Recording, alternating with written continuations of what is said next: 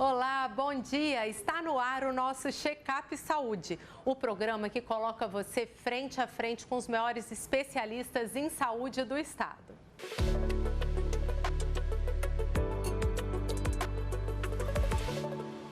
Elaine descobriu que tem ceratocone em 2020. A doença não tem cura e, como estava em estágio avançado, a estudante foi perdendo a visão muito rápido. Há um ano, ela conseguiu uma córnea para o olho direito, mas não no Espírito Santo. Tive que ir para Fortaleza, porque só lá tinha córnea para fazer. A fila era menor. Sim, bem menor. Hoje, o olho esquerdo só tem 10% da capacidade, mas a perspectiva de conseguir uma segunda córnea não é muito promissora. O médico falou que provavelmente vai demorar anos, porque a fila está muito grande, tem mais de 1.000 pessoas e a quantidade de transplante que faz no ano é muito baixa. Ele falou que provavelmente vai demorar muito. Por causa da pandemia, durante 2 anos não houve captação de córneas para transplante, o que gerou um atraso na realização das cirurgias pelo SUS. Em janeiro e fevereiro deste ano, foram realizados 26 transplantes de córnea no Espírito Santo. Em todo o ano passado, foram 234 cirurgias. Ainda assim, a fila de espera tem 1.134 pacientes que aguardam uma córnea. Uma espera que pode levar até 5 anos. Uma ferramenta tecnológica pode ajudar a diminuir essa fila. É uma plataforma digital que conecta os bancos de dados de todos os hospitais públicos e privados do Espírito Santo. O banco de olhos, então, ela recebe o aviso desse óbito em tempo real, né? E aí eles conseguem avaliar se esse paciente, se esse óbito, ele é um potencial doador para a córnea. Se for, ele vai entrar em contato novamente com o hospital notificador e esse hospital, ele vai, então, chamar a família, né? Dar a notícia do óbito e também oferecer a oportunidade da família doar ou não a córnea do seu ente querido. A córnea pode ser transplantada de falecidos por morte encefálica ou parada cardíaca, em no máximo 6 horas ou 12 horas, se o hospital tiver câmara refrigerada. Outro obstáculo é a negativa da família. Aqui no Espírito Santo, 5 em cada 10 não autorizam o transplante. No Brasil, a gente ainda tem uma taxa de 60% de recusa. Muitas vezes a família não tem essa informação, não sabe como funciona esse processo, né? Às vezes é fator cultural, religioso, e aí acaba dificultando. Quem está na espera sabe a importância da doação. Mesmo com o olho enxergando, eu ainda tenho um pouco de dificuldade de enxergar o quadro, tenho sempre que sentar na frente, mas... Está na expectativa, né? Sim, para fazer o outro olho e enxergar 100% dos dois. Hoje é o Dia Nacional de Combate ao Glaucoma. É preciso conscientização do cuidado com a saúde dos seus olhos. Metade da população brasileira tem problemas de visão. Se 80% dos casos fossem diagnosticados precocemente, o problema poderia ser evitado. Um estudo sobre saúde ocular realizado pelo Datafolha diz que 58% dos brasileiros têm algum problema para enxergar e não possuem um hábito de frequentar o médico especializado. No programa Check-up Saúde de hoje, nosso convidado é o Dr. Tiago Cabral, oftalmologista. Seja bem-vindo, doutor. Obrigado, Alice. Vai ser um prazer conversar com vocês hoje, nesse domingo, sobre doenças oculares, o que incomodam a população em geral, numa linguagem que todos possam entender. Perfeito, doutor. E a gente quer falar um pouquinho sobre o glaucoma, né? Estamos aí no Dia Nacional de Combate a essa doença. Explica pra gente o que é o glaucoma. O glaucoma hoje é considerado uma das maiores causas de cegueira no mundo, enfim, mas uma cegueira irreversível. Depois que você perde aquela sua visão, ela não volta mais. Então, o glaucoma seria a doença que está machucando o nervo que leva a visão ao cérebro, basicamente isso. E muitas vezes a população entende como a pressão alta do olho. É assim, eu tenho glaucoma, a pressão está alta, mas assim, a pressão alta é realmente um dos maiores causadores do glaucoma, mas não é o único. E quais são os fatores de risco, doutor, para o glaucoma? O que a gente tem que estar atento? As pessoas perguntam muito assim, sua mãe tem glaucoma, será que eu vou ter glaucoma também? A hereditariedade é um fator de risco, sim. Então, tem alguém na família com glaucoma, já tem que estar atento. Tem que estar atento, sim, mas não é obrigatório que seu pai ou mãe tenha glaucoma, que você vá vir a ter glaucoma também. Está relacionado à pressão alta do olho, que muitas pessoas não desconhecem, acham que tem a ver com a pressão do sangue, mas uma coisa não tem nada a ver com a outra. Então, o fato de você não ter pressão alta não quer dizer que o seu olho não tem uma pressão aumentada. Isso, uma coisa não tem nada a ver com a outra, né? É assim, a raça negra, então, eles têm uns olhos mais sensíveis para glaucoma também. E, assim, nós precisamos que essas pessoas devam ir ao oftalmologista, a um profissional especializado, porque o glaucoma não dá sinais nem sintomas no início. Às vezes a pessoa pergunta, eu estou com uma dor no olho, no fundo do olho, isso é glaucoma, doutor? Não, geralmente é apenas uma enxaqueca. Então, o glaucoma é uma doença silenciosa, que não dá sinais no início, e se for diagnosticado de início, a gente consegue segurar essa visão até os últimos dias do paciente. Aqui para a gente a sua participação é muito importante. Vamos a uma dúvida de um telespectador exatamente sobre o glaucoma. Oi, meu nome é Jamile e eu queria saber se ter glaucoma significa perder a visão. Então, essa é uma dúvida muito importante da população. Poxa, eu tenho glaucoma, será que eu estou fadado a ficar cego? Não, não é bem assim. Então, como qualquer outra doença, se nas fases iniciais nós conseguimos diagnosticar esse glaucoma, se a gente consegue baixar a pressão desse olho e consegue parar a evolução da doença. Mas é óbvio, o que foi perdido, dali para frente não se recupera mais. Por isso que a prevenção talvez seria o melhor sinal e a melhor orientação que eu poderia dar para vocês. Doutor, e falando em prevenção, né? Falando de um dia a dia de uma pessoa saudável, quais os cuidados de maneira geral que a gente deveria ter com os nossos olhos? Eu, por exemplo, tenho muita coceira no olho, né? E assim, às vezes dá aquela coceira boa, vontade de coçar. O que a gente pode, não pode fazer? Qual é um cuidado diário? Colírio é obrigatório? Explica pra gente no dia a dia de uma pessoa saudável. Eu posso dar o meu próprio caso, né? Então, eu acordo pela manhã e vou com os olhos meio fechados para a pia. Então, eu coloco um shampoo de criança, então, dos principais cuidados é esse, um shampoo de criança baratinho que você compra no supermercado, faz uma espuminha e lava bem os cílios. As mulheres sabem bem o que é isso na hora de tirar a maquiagem, mas os homens não. Então, chega pela manhã, na hora de escovar os dentes, a primeira coisa a fazer é lavar bem as mãos e limpar os cílios com um sabonete líquido ou com um shampoo de criança que às vezes não arde o olho se por acaso cair dentro do olho, né? E durante o dia, poxa, todo mundo hoje trabalha no computador, trabalha no ar-condicionado, não pode ficar 5, 6 horas em frente sem parar no trabalho. Faz umas pausas de 10 minutos a cada 1 hora, toma um cafezinho, vai ao banheiro fazer um xixi, enfim, toma uma água. Pausas durante o trabalho seriam muito importantes. E se todo mundo puder, depois de 40 anos, é procurar o médico especializado, o oftalmologista, pelo menos uma vez ao ano. Isso só precisa depois dos 40? Criança já precisa ir ao oftalmologista? Pois é, não sei se você se lembra, tem o teste do olhinho quando o bebezinho nasce. Isso, então, é obrigatório, né? É obrigatório, sim, só que é feito com o pediatra ainda na maternidade. Se há algum sinal diferente, o que o pediatra achou que deveria ir já no oftalmologista do bebezinho, ele já encaminha. Mas, em linhas gerais, no primeiro ano de vida, seu filho precisa ir ao oftalmologista. E logo quando ele entra na escola, mais ou menos aos 3, 4 anos, ele precisa também ir ao oftalmologista para ver se tem algum defeito visual, se precisa colocar um óculosinho já na infância.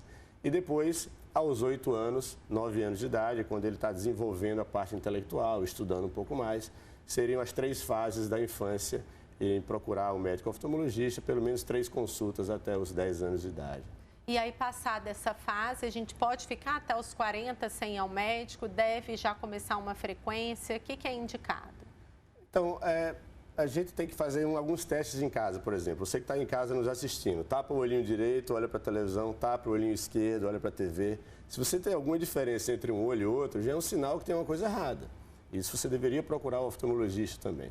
Mas, em linhas gerais, Alice, uma vez por ano seria a indicação meio que obrigatória de toda a população brasileira. Mas a gente sabe de todos os problemas para encontrar um profissional especializado, né? Mas a ideia geral é que uma vez ao ano, até os 40 anos e obrigatoriamente depois dos 40 anos, que é quando vem o glaucoma, a retinopatia diabética. Maior risco das outras doenças que levam à cegueira de fato. E muitas delas irreversíveis. Se você não diagnostica, você não descobre na hora exata, não volta mais. Leva à cegueira de fato. Leva à cegueira definitiva. Isso Doutor, a gente tem uma dúvida, a gente quer ver qual é a próxima pergunta do nosso telespectador, exatamente em relação ao trabalho. Oi, meu nome é Milzete. Eu gostaria de saber se ficar muito tempo no computador faz mal para os olhos? Então, eu falei um pouquinho sobre isso agora. Como qualquer coisa, ficar olhando durante um longo período de tempo, isso vai incomodar um pouquinho mais. Vai lacrimejar, vai dar vontade de coçar, o olho vai ficar um pouco mais seco. Então, eu falo sempre que é como se fosse o carteiro entregando cartas na cidade o dia inteiro. Ele pode colocar um tênis melhor, um sapato melhor, mas a perna dele vai estar doendo no final do dia. Então, quem trabalha com computador, por favor, façam pausas a cada hora, mas isso não faz gastar o olho, enfim, você vai precisar usar óculos, isso é um mito. Mas causa transtornos de coceira e irritação ocular se você não fizer pausas, pelo menos a cada hora de trabalho. Mas a gente, como mãe, costuma falar para os meninos, sai da frente da tela, não fica no celular. As pessoas estão ficando com mais problemas de visão, até pós-pandemia, porque teve muito home office, então isso não é verdade. Em partes. Vamos lá, nós misturamos um pouco crianças com adultos, né? Em relação a gastar o olho do adulto no trabalho, é mais o cansaço do dia de trabalho, como se fosse o carteiro, por exemplo. Mas criança não, criança é um recado muito importante que nós vamos dar para todos os nossos telespectadores. Criança até 2 anos de idade não deve colocar a tela em celulares ou tablets, porque altera o seu desenvolvimento e altera o desenvolvimento do próprio olho. Crianças até 9 anos de idade não podem ficar mais de 2 horas por dia. Pode ser intercalado 30 minutos de manhã, 30 à tarde, enfim, 1 hora à noite, mas não mais de 2 horas, porque teve um boom, uma explosão de casos de miopia na nossa sociedade após a pandemia, onde as pessoas ficaram muito próximas aos celulares e tablets e as crianças o olho está crescendo ainda. E esse olho começou a crescer demais devido ao foco de um objeto muito próximo. E aí, muita miopia aí nas escolas. Se os coleguinhas olharem para o coleguinha ao lado, em torno de 50% dos alunos das escolas usam óculos hoje em dia. Perfeito. Então é verdade. É verdade sobre as crianças, né? E os adultos têm que fazer aquelas pausas para evitar que haja a fadiga do olho, o cansaço do trabalho. Agora a gente também ouve assim, né? Esse suco está com formiga, bebe que faz bem para o olho, né? Significa que a pessoa está enxergando bem. Mas vamos falar de verdade. Existem alimentos que fazem a gente enxergar melhor? Você sabe que essa história da formiga tem um fundamento. É mesmo? Não tem o ácido fórmico da formiga, né? E tem ácido fórmico, tem vitamina C. Então, assim, a vitamina C é um potente antioxidante. Então, alimentos com vitamina C, laranja, limão, vegetais escuros, agriões, alface, espinafre, tem muitos antioxidantes oculares que a gente fala. Então, se você puder ter uma alimentação mais balanceada, isso vai fazer com que sua visão se prolongue por muito tempo. Por quê? Porque a gente não foi feito para viver 100 anos como nós vivemos hoje. Então, uma alimentação adequada, uma visita regular ao seu oftalmologista, vai fazer com que se viva 80, 100 anos hoje enxergando bem. E suplemento, tem algum que é importante tomar e que vai fazer bem para os olhos? Isso é um assunto controverso, né? Todo mundo gosta de tomar alguma vitamina para alguma coisa. As mulheres adoram. Minha esposa... Linhaça, e ômega 3, e óleo disso e daquilo. A linhaça e o ômega 3 favorecem muito o olho seco, então melhora o olho seco. Então, de fato? De fato, isso. Isso é prescrição médica mesmo, não é só as vitaminas que a gente toma, não. Mas a linhaça, o ômega 3, para principalmente mulheres que têm o olho mais seco, são indicados, sem dúvida nenhuma. Mas é muito controverso você tomar suplementos vitamínicos para melhorar a visão. Então, a ciência fala que ainda a gente precisa estudar um pouquinho mais. E aí, a gente sabe que está na moda também esses cílios enormes, né? A gente gosta de usar uma maquiagem, né? Ficar com os olhos sempre bonitos, o nosso cartão de visita, o olhar junto com um sorriso. E às vezes dá aquela preguiça, né? De passar, remover a maquiagem à noite, limpar corretamente. Existem os cílios postiços e elas falam, não pode ficar esfregando muito, não pode ficar lavando muito. A pessoa às vezes deixa de remover a maquiagem. Realmente faz mal não tirar a maquiagem dos olhos para dormir? Você começou falando sobre os olhos, né? Enfim, em relação a isso, os olhos são o espelho da alma. E as mulheres muitas vezes querem deixar esse espelho mais bonito para todos, principalmente para elas.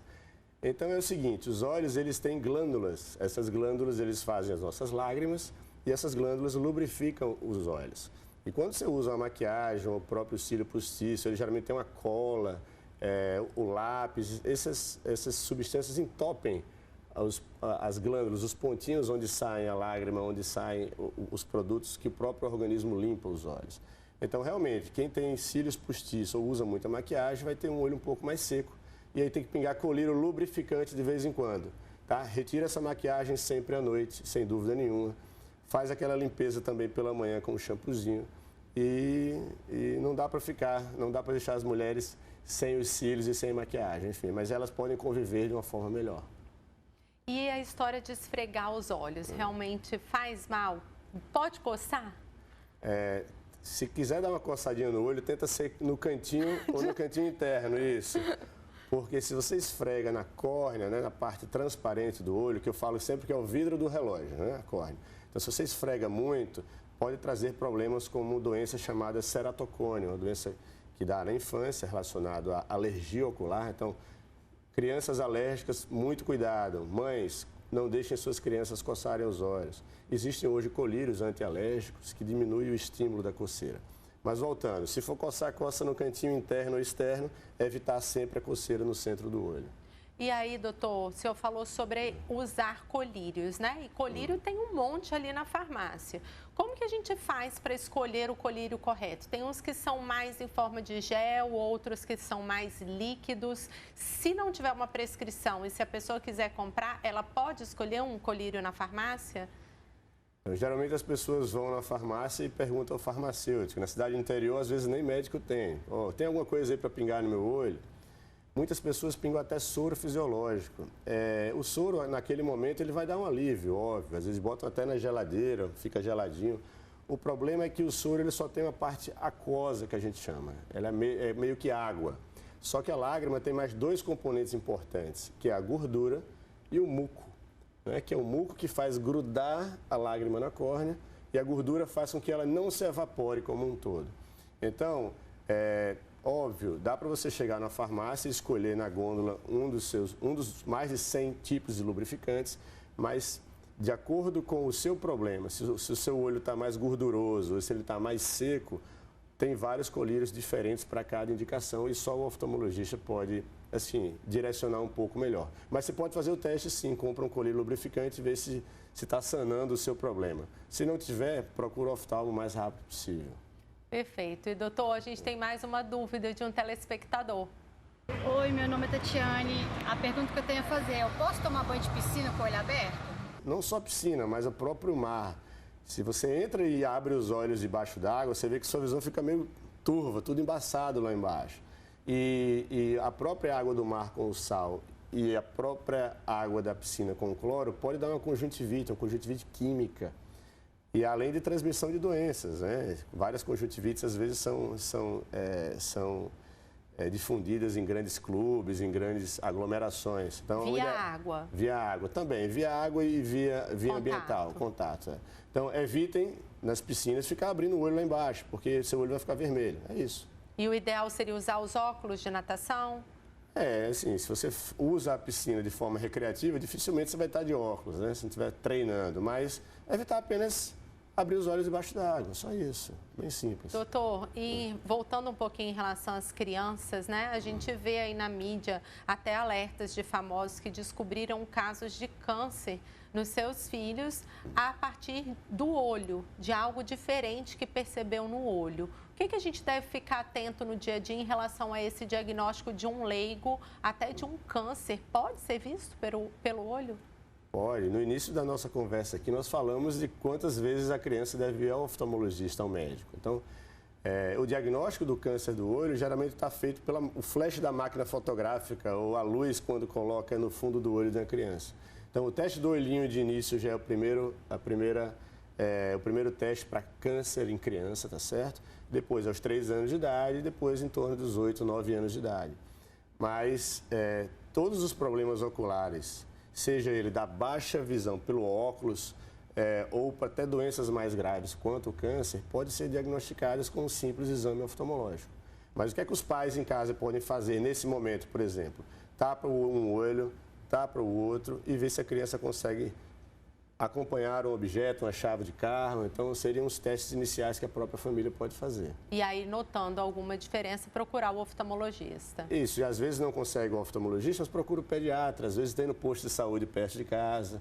Procura um médico a priori. Se conseguir o oftalmo, sim. Se não conseguir, pode ir no clínico geral ou no pediatra. Aqui no Checkup Saúde também temos dicas de beleza. Veja agora quais os melhores óculos para o seu tipo de rosto. Considere sempre o formato do seu rosto. Se tiver o formato de coração, a testa é mais ampla, as maçãs são ligeiramente mais estreitas e o queixo fino. As armações que mais combinam com esse formato são as sem aro, meio aro, feitas de metal ou em plástico transparente. Os rostos mais ovalados combinam com praticamente todos os estilos de armações, tanto quadradas quanto retangulares e redondas. Pessoas com maxilar saliente e a testa de largura similar combinam muito com armações de óculos redondas, que criam harmonia na face. O rosto redondo possui ângulos muito suaves e tanto as bochechas quanto o queixo são proporcionais em comprimento e largura. As armações que mais combinam são as quadradas e retangulares. Vamos para um rápido intervalo e na volta falamos sobre os mitos e verdades da saúde dos olhos. É rapidinho.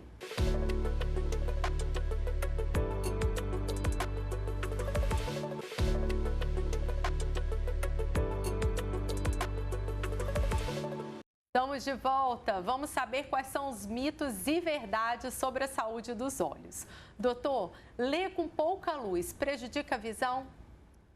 Assim, isso é um mito, né?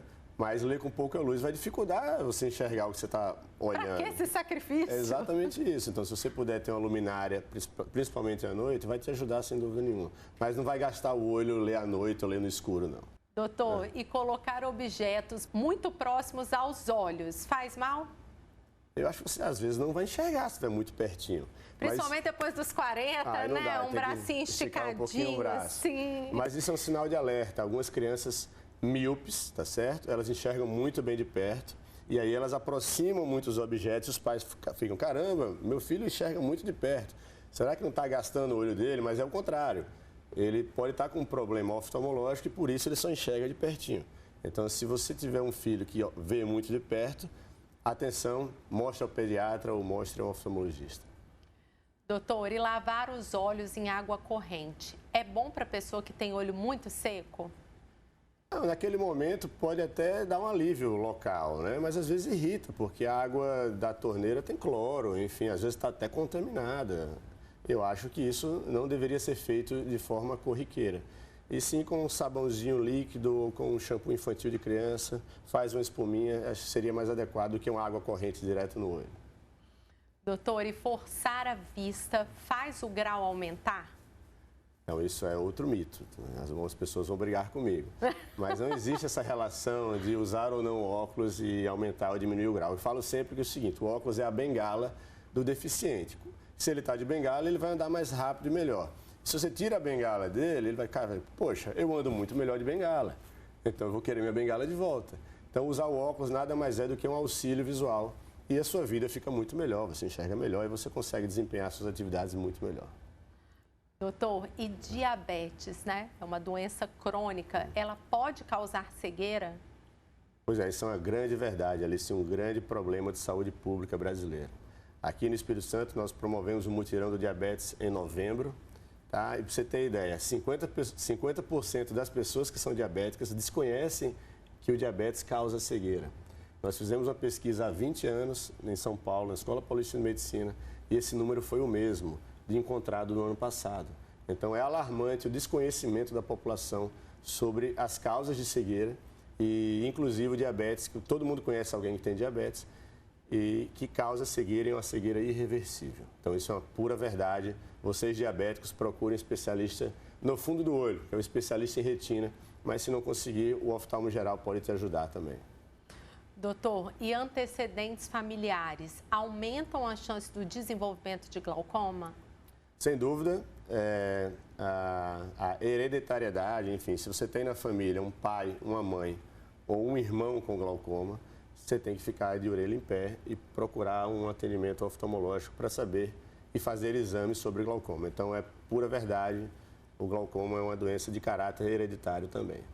Vamos falar sobre saúde pública. A porta de entrada para a população acometida por doenças oftalmológicas é a atenção primária à saúde. Ou seja, você precisa se dirigir às unidades básicas de saúde no seu município. Quem tem necessidade para tratamento, para glaucoma, catarata, qualquer especialidade, é na unidade de saúde que o tratamento será direcionado. O programa de hoje chegou ao fim, mas você pode rever o Check-up Saúde no YouTube do Folha Vitória. Te espero domingo que vem às 10h30. Obrigada, doutor Tiago, pelos seus esclarecimentos. Obrigado, doutora Alice. Obrigado à população por ter nos assistido nesse domingo de manhã. Espero que vocês tenham aprendido algo aqui e cuidem mais dos seus olhos. Até o próximo Check-up Saúde.